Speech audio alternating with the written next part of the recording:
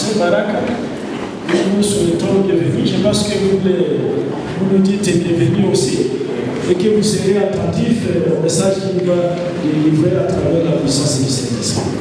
Nous sommes très heureux d'être ensemble à ce moment si précis, alors que nous débutons ce partage spirituel qui est dénommé Inelouk Impact 2025, qui débute aujourd'hui le 26 février jusqu'au 9 mars, et nous vous convions à participer activement et surtout de bénéficier de la plénitude des bénédictions que le Seigneur nous a données à notre Seigneur et exaltation que nous lisons aussi de bénédictions. Nous avons choisi comme thème central de notre conférence la foi qui triomphe du monde. La foi qui triomphe du monde. Et nous avons un slogan que nous serons en train de réciter à tout moment. Lorsque je dis Inelouk Impact 2025, vous allez répondre la foi qui triomphe du monde. Est-ce que nous pouvons y aller? La foi qui triomphe du monde. Inelouk Impact 2025. Inelouk Impact 2025. La foi qui triomphe du monde. La foi qui triomphe du monde. Inelouk Impact 2025. Ce qui nous dit, car tout enfant de Dieu est vainqueur du monde, et le moyen de remporter la victoire sur le monde, c'est quoi? C'est notre foi. C'est pourquoi nous allons beaucoup parler de la foi, de la foi, de la foi. Et se retenir dans la neutralité. Les êtres humains doivent accepter, ou soit de rejeter le monde, rejeter les rédacteurs du monde. Tous nous sommes témoins en faveur ou contre le Christ. C'est pourquoi dans cette épître, Jean nous demande de remporter la victoire sur cette lutte au moyen de la foi. Frères et sœurs, il n'y a personne qui est maître dans cette grande bataille qui est en train de se dérouler dans ce monde. Nous tous, nous avons un rôle à jouer. Soit vous jouez un rôle du côté du Christ, en faveur du Christ, ou soit vous jouez un rôle contre le Christ. Soit vous acceptez les rédacteurs du monde, ou soit vous les rejetez. Mais il n'y a pas de personnes neutres parmi nous. Même nous tous, ceux que nous sommes là-bas, nous devons savoir que nous avons un rôle à jouer dans ce conflit, dans cette bataille qui doit être remportée au moyen de la foi. J'aimerais que vous puissiez demander à celui qui est à côté de vous, est-ce que vous avez la foi? Demande à celui qui est à côté de vous. Est-ce que vous avez la foi? Qu'est-ce qu'il a dit? Il a la foi. Est-ce que vous savez qu'on peut être baptisé sans avoir la foi? Vous savez qu'on peut être pasteur sans avoir la foi? Vous savez qu'on peut donner des offrandes à l'église sans avoir la foi? On peut être chanter dans une église sans avoir la foi. Lorsqu'on vous donne une petite histoire, nous sommes à Kaina, c'était à Kaina. Il y a une maman qui s'était fait baptiser après une campagne de 3 semaines. Et les premiers savoir après la campagne, la maman n'était pas venue à l'église. 2 semaines après, 3 semaines, les anciens de l'église ont décidé d'aller voir cette maman. Et lorsqu'on a posé la question à cette maman, pourquoi tu n'étais pas à l'église alors que tu étais baptisé? Cette maman a dit, moi je vous ai dit que je serai à l'église. Moi je ne vous ai pas dit que je serai dans votre église. Mais pourquoi tu t'es fait baptiser? Elle a dit, moi j'avais pitié seulement de ces jeunes gens qui venaient chaque matin pendant 3 semaines à la maison. Et j'avais demandé qu'est-ce que je peux donner à ces gens-là. Et comme récompense, je me suis fait baptiser pour récompenser le courage. Mais je ne vous ai pas dit que je serai dans votre église. Pendant ce moment de partage spirituel, nous aurons un temps suffisant d'examiner notre foi. Et s'il y a des gens qui seront baptisés, qu'ils soient baptisés après avoir accepté la vraie foi en Jésus-Christ. Amen. Ce que vous devez savoir est que, d'une manière naturelle, Dieu nous a créés avec la possibilité de croire, la possibilité de choisir. Et c'est pourquoi, cette foi-là, nous l'utilisons dans beaucoup de domaines de notre vie. Même les agriculteurs ont la foi. Même les chauffeurs ont la foi. Même les commerçants font leurs opérations commerciales en ayant la foi. Même les voyageurs que vous voyez ici qui sont en train de voyager au bord de l'avion, ils ont la foi, n'est-ce pas? Si on n'a pas la foi, on ne peut pas voyager dans l'air comme ça et on entre dans l'avion et on a foi pour pouvoir arriver à destination. Ce n'est pas facile. En 2019, nous avons effectué une discussion avec certains étudiants de cette université. À cette période, j'étais président du collège. Nous sommes partis à Kisangani. Et à Kisangani, même moi je ne savais pas Kisangani. Même les décès de l'époque ne savaient pas Kisangani. Même les chauffeurs qui nous ont amenés ne savaient pas Kisangani. Et tous les passagers, nous tous, il n'y a personne qui connaissait Kisangani. Mais nous sommes partis par quoi? Par la foi. Mais est-ce que cette foi-là peut nous sauver? La foi d'aller là où on ne connaît pas, est-ce que ça peut nous sauver? Non. Et il y a des gens qui ont des dimensions de la foi pareilles et ils se disent que non, moi j'ai la foi. Et quand vous demandez est-ce que c'est quel type de foi que vous avez, c'est la foi naturelle. C'est la foi que Dieu nous a donnée en nous créant une possibilité de choisir, une possibilité de croire. Mais cela ne suffit pas. Il y a aussi deuxième sorte de foi qui est la foi et don du Saint-Esprit. Et cette foi ici est toujours assimilée à la foi qui fait des miracles. Lorsque vous lisez en 1 Corinthiens le chapitre 12, le verset 8, il est écrit en effet, allez, il a donné par l'Esprit une parole de sagesse, à un autre une parole de connaissance, selon le même esprit, à un autre il a donné quoi? La foi. Ça c'est la foi comme un don du Saint-Esprit. On peut avoir ce type de foi-là, mais ce n'est pas encore la foi qui sauve. On peut être encouragé dans l'œuvre du Seigneur. On a la foi comme le don du Saint-Esprit, mais ce n'est pas encore la foi qui va nous sauver. Et c'est pourquoi la troisième sorte de la foi, c'est la foi qui sauve. Et c'est ici où nous allons plus se focaliser nos différentes conférences pour examiner notre foi, si réellement notre foi que nous avons, c'est une foi qui va arriver à nous sauver un jour. Et la foi qui sauve, c'est quoi? C'est l'acceptation du plan du salut. Elle consiste à remettre à Dieu ses facultés mentales, lui soumettre son esprit et sa volonté et faire de Christ l'unique porte pour lui. C'est ça la foi qui sauve. L'acceptation du plan du salut. Et c'est pourquoi Paul a écrit à Romains 1, verset 16, car je n'ai point honte de l'évangile. C'est une puissance de Dieu pour le salut de quiconque croit, du juif premièrement, puis du grec, parce qu'à lui il a révélé la justice de Dieu par la foi et pour la foi, selon qu'il est écrit, le juste vivra par la foi. Ainsi, la foi vient de ce qu'on attend, et ce qu'on attend vient de la parole du Christ. Alors qu'une autre dimension de la foi, ça peut ou ne pas venir de cette parole-là, mais ici, la foi qui sauve vient de la parole de Dieu. Et sans cette foi-là, il est impossible d'être agréable à Dieu. Et nous savons que nous tous, nous voulons être agréables à Dieu. Mais pour être agréable à Dieu, il faut avoir la foi. Et la foi, là, c'est la foi qui sauve. Éphésiens et Hébreux 11, le verset 6, il est écrit, or, sans la foi, il est impossible d'être agréable, car il faut que celui qui s'approche de Dieu croit que Dieu d'abord existe et qu'il est le rémunérateur de ceux qui les cherchent.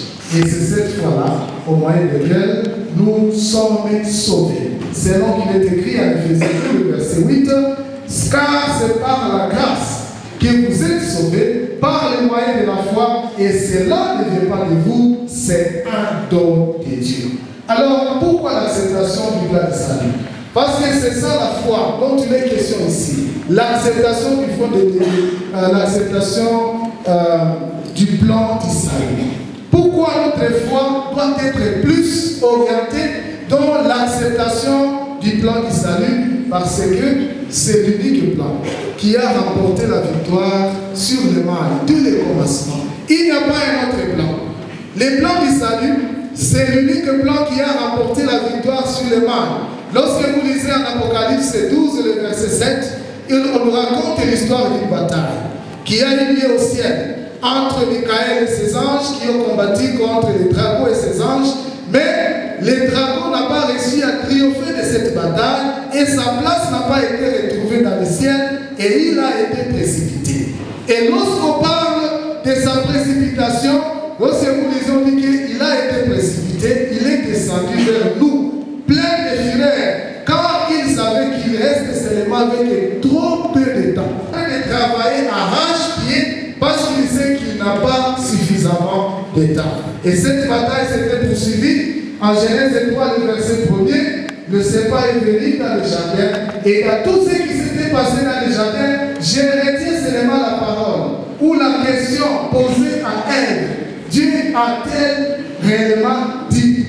Dieu a-t-il réellement dit? C'est ce que je retiens. Il y a une longue conversation dans le jardin d'Éden entre Ève et le serpent.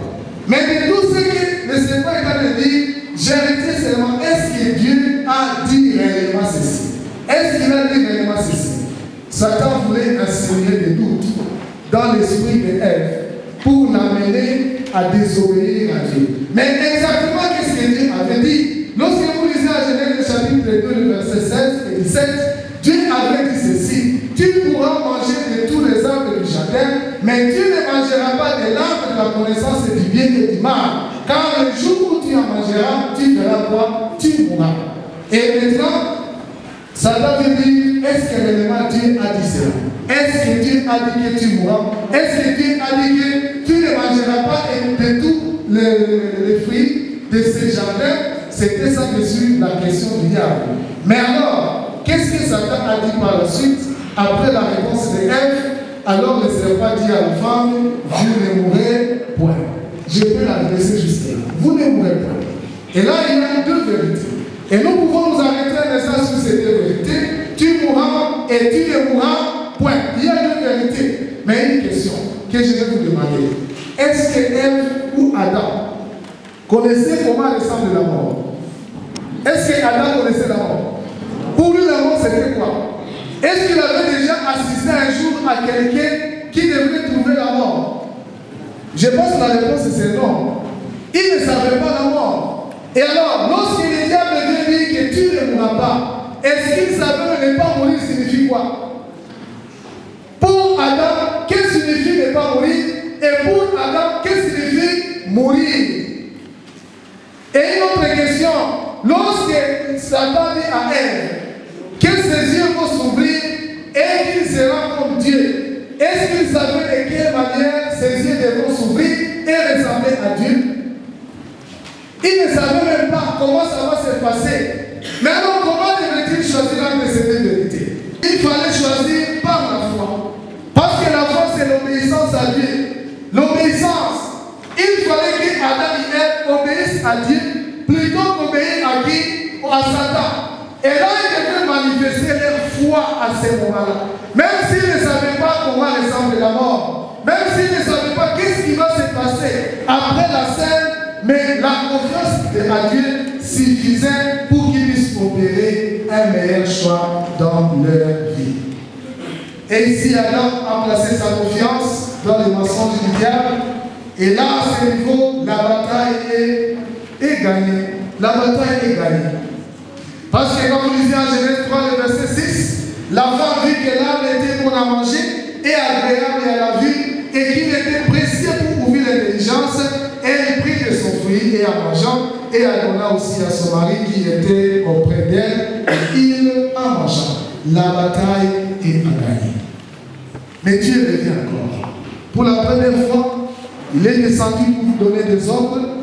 Pour la seconde fois, il revient pour convaincre l'homme de sa culpabilité. Et c'est cette conviction-là où nous devons toujours placer notre foi. Aujourd'hui, l'humanité, lorsque vous observez l'humanité, les hommes ne sont pas convaincus de la culpabilité du péché. Et c'est ça le grand problème. Les hommes ne sont pas convaincus qu'il y a un danger qui nous menace. L'humanité n'est pas convaincue que nous sommes à danger. Nous sommes dans une lutte qui est en train de se dérouler dans ce monde, mais Dieu est descendu. Il a demandé à Adam, où es-tu? Et qu'est-ce qu'Adam dit? J'étais attendu dans le jardin, j'ai eu peur, car je suis. Qui t'a appris que tu étais nu? Aurais-tu goûté du fruit que je t'avais défendu de manger? C'est la femme que tu m'as donné pour combattre. C'est elle qui m'a donné ce fruit et j'ai fait quoi? Et j'en ai mangé. À la femme, pourquoi as-tu fait cela? c'est le serpent qui m'a trompé. On rejette toute la responsabilité à Dieu. Et Dieu va assumer cette responsabilité. Mais qu'est-ce qu'il va faire? Adam et Ève et Satan sont devenus un. Et il faut maintenant que Dieu crée l'inimitié. Entre qui? Entre Satan et quoi? Et l'humanité. Et c'est pourquoi quand nous lisons à Genèse 3, le verset 15, Dieu a dit, je mettrai l'unité entre toi et la femme, entre ta postérité et sa postérité, celle-ci t'écrasera la tête et toi, tu lui briseras l'étal. Dieu crée l'unité entre Satan et la postérité de la femme qui est son église. Et ce que nous devons savoir, l'église de Dieu, c'est qu'après avoir péché, Satan ne s'était donné ni trêve ni repos jusqu'à ce qu'il trouvait des êtres disposés. Tout ce que Satan recherche, il a besoin de sympathisants, il a besoin de partisans de son mouvement. Et Satan a un grand mouvement dans ce monde. Et il a besoin de gens. Satan, la signification de Satan. Satan, c'est un adversaire, un ennemi de Dieu. Il est appelé un malin. Partout, même dans l'église, même dans les universités, même dans les marchés, même dans les grandes villes, dans les villages, dans les campagnes, Satan est en train d'arroler les gens, jour après jour. Et beaucoup de gens sont en train de s'arroler derrière Satan, ne sachant pas que lui a une mission autre que ce que nous sommes en train de chercher. Nous avons intérêt à avoir une foi qui va nous sauver, la foi qui va triompher sur cette grande bataille qui se déroule dans ce monde, la bataille entre le bien et le mal. Veillez, votre adversaire, le diable, rôde comme un lion rugissant, cherchant qui il dévorera. Mais résistez-lui. Si nous avons une foi ferme, nous allons résister. Mais le diable ne va pas s'arrêter. Il ne va pas se reposer. Il est en œuvre jour et nuit. Il cherche des partisans. Ce qui enflamme l'inimitié de Satan, c'est que l'homme est devenu presque un objet d'amour et de miséricorde de la part de Dieu à travers Christ. Au lieu qu'il y ait amitié entre l'homme et le serpent, ou l'homme et le diable, au lieu que Dieu soit ennemi de l'homme, mais alors ce qui s'est manifesté, quand l'homme a péché, alors l'homme devient encore un objet d'amour pour Dieu. Et le diable utilisera tous les moyens possibles pour se rassurer qu'il parviendra à déjouer les plans du salut, les plans de la rédemption de cet homme, à déshonorer cette dépravation, à souiller le Créateur. C'est le plan que le diable a. Il veut montrer que Dieu a échoué en accordant son plein amour à cet homme qui a péché. Il veut montrer à Dieu que cet homme, c'est pour rien que Christ est mort à cause de cet homme qui continue à vivre dans le péché. Et lorsque nous nous lions du côté du diable, nous sommes en train de donner plus la force à Dieu, au diable de se moquer de notre Dieu. Il dit maintenant, toi tu es mort pour cet homme. Voilà qu'il continue à fumer du charbon. Voilà qu'il a me prostitué. Voilà qu'il m'appartient. À quoi sert le sang qui a coulé au calvaire? À quoi sert-il? Et lorsque nous sommes en train de nous lier du côté du diable, nous donnons la place au diable de se moquer de notre Dieu. Le plan du salut a été révélé dans le jardin d'Éden. Qu'est-ce que Dieu a fait? Malgré tout ce que l'homme a fait, Dieu va prendre l'habit de la peau et va revêtir l'homme. Mais je vais vous demander une question. Qui a tué cet animal en Éden? Est-ce Dieu? Est-ce un ange? Ou c'est un homme? Qui a tué l'animal? Qui a servi d'habit? C'est qui? C'est qui? Qui a tué l'animal?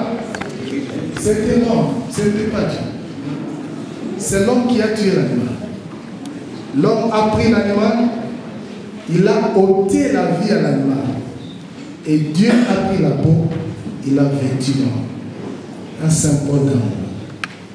L'homme devrait vivre les conséquences du péché. L'homme devrait assister à quoi est-ce que ressemblait la mort. Mais c'est cet animal qui était mort. C'était une préfiguration du Christ lui-même. c'était un message très fort à toute cette humanité qui aura un agneau sans défaut, innocent, qui va donner sa vie à la place de l'homme. Et il faudrait que l'homme, sans cette douleur-là, annonçant la vie à un animal, la vie que Dieu lui-même est responsable, la vie que Dieu lui-même donne, il faut que l'homme ôte cette vie-là. Ce n'était pas une expérience très facile. Mais tout cela devrait être une leçon à Adam et Ève. Ils devaient par la foi voir les fils de Dieu que cette victime préférerait et qui mourrait en sacrifice pour l'homme. C'était un message. En ôtant la vie à cet animal, Adam devrait directement croire et accepter qu'il y aura un salut accordé à l'humanité à travers le Fils unique de Dieu qui va mourir pour les péchés de l'humanité. Et plus tard, Jean va dire en Jean 1, le verset 9, voici l'agneau de Dieu qui ôte les péchés du monde. Et cette offrande rituelle prescrite par Dieu devrait rappeler constamment à Adam les souvenirs de son péché et la nécessité de s'en repentir. En tuant l'animal, Adam éprouva un sentiment plus vif et plus profond de la gravité d'une faute qui ne pourrait être expiée que par la mort du bien-aimé Fils de Dieu. C'est cette foi-là que nous devons voir, et à travers l'histoire, tous les hommes de toutes les générations devront maintenant accepter ce plan du salut qui a été annoncé bien avant, et c'est pourquoi le sacrifice d'Abel était une acceptation. Lorsque Abel a fait le sacrifice de l'animal, c'était une acceptation de ce plan du salut.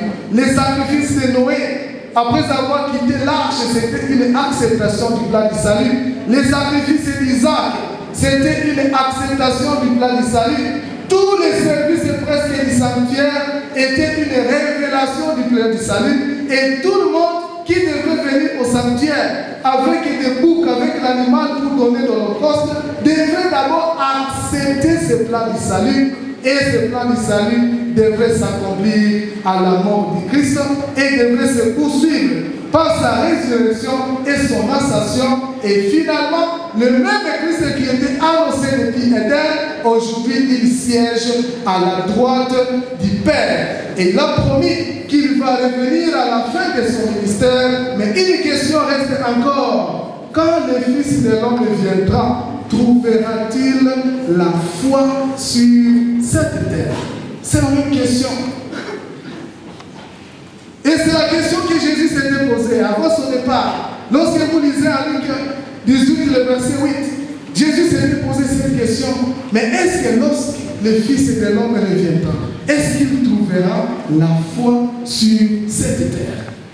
Le problème des temps de la fin, ça ne sera pas le manque de la vérité. Ce n'est pas que les gens, au temps de la fin, vont manquer la vérité. Parce qu'il est dit à Matthieu 24, le verset 14, cette bonne nouvelle du royaume sera prêchée dans le monde entier pour servir de témoignage à toutes les nations. Et alors, la fin viendra. Ce n'est pas que les gens vont manquer de vérité. Il y en aura toujours. Les prédicateurs seront là. La vérité elle-même sera toujours présente. Pierre me diront à ce jour-là, Seigneur, Seigneur, n'avons-nous pas prophétisé à ton nom? N'avons-nous pas chassé les démons par ton nom? Et n'avons-nous pas fait beaucoup de miracles à ton nom? Il y aura toujours des miracles. Si vous avez besoin de miracles, vous en aurez. Si vous avez besoin de prophètes, vous en aurez. Ils seront toujours là jusqu'à la fin des temps. Ça ne sera pas le problème de fin des temps. Mais à la fin des temps, les grands problèmes, ça sera le manque de foi. Les gens vont prophétiser, mais sans avoir la foi à Jésus-Christ. Les gens vont rechercher les miracles sans avoir la foi à Jésus-Christ. Les gens vont écouter le message, mais sans avoir la foi à Jésus-Christ. Et c'est pourquoi il est écrit à Timothée, 1 Timothée 4, le verset 1er, mais l'Esprit dit expressément que dans les derniers temps, quelques-uns abandonneront quoi? La foi, pour s'attacher à des esprits séducteurs et à des doctrines des démons. Ça ne sera pas ça le problème. Le problème, ce n'est pas manque de vérité. Pendant la fin des temps, les grands problèmes, ça sera avoir des chrétiens qui n'ont pas de foi à Jésus-Christ. avoir des pasteurs qui n'ont pas de foi à Jésus-Christ, avoir des chantres qui n'ont pas de foi à Jésus-Christ, avoir des prophètes qui vont faire des miracles sans avoir la foi à Jésus-Christ. C'est ça le problème de fin des temps. Et seule la foi est l'arme qui va nous aider à triompher cette bataille qui se déroule à la fin des temps entre les biens et le mal. En 2 Timothée chapitre 4, le verset 3, il est écrit: car il viendra un temps où les hommes ne supporteront la sainte doctrine, mais ayant les démangeaisons d'attendre les choses agréables, ils se donneront une foule de docteurs, selon leurs propres désirs. Ils détourneront l'oreille de la vérité et se tourneront vers des fables. Vous savez ce qu'on appelle des fables? Ce sont des histoires fabriquées de toutes pièces.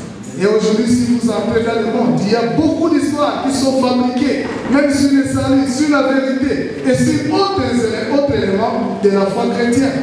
Les gens fabriquent des croyances, fabriquent des femmes. Et les gens, parce qu'ils ne veulent pas écouter la vérité, parce que c'est ça le grand problème de la fin des temps, les gens n'auront pas foi à cette vérité-là. Les gens se cherchent des foules de docteurs. La foi, c'est la fondation même sur laquelle est dirigée toutes les autres vertus. Toutes les vertus. Même si vous pouvez chercher des diplômes, des doctorats, si nous n'avons pas la foi, la Bible dit que c'est nul. La foi, c'est la fondation.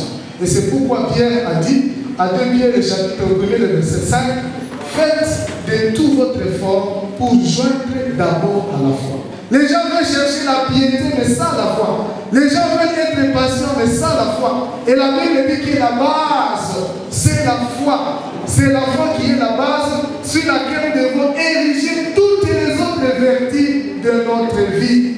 Lorsque Jésus était en train de raconter des discours, était en train de prêcher à ses disciples, les disciples s'étaient sentis faibles. Et ils se sont sentis qu'ils n'ont pas la foi. Bien qu'ils étaient avec Christ, et ils ont fait une demande, ils ont dit: Seigneur, augmente notre foi. Est-ce qu'il y a quelqu'un dans l'assemblée qui dit: Seigneur, j'ai besoin que tu m'augmentes la foi?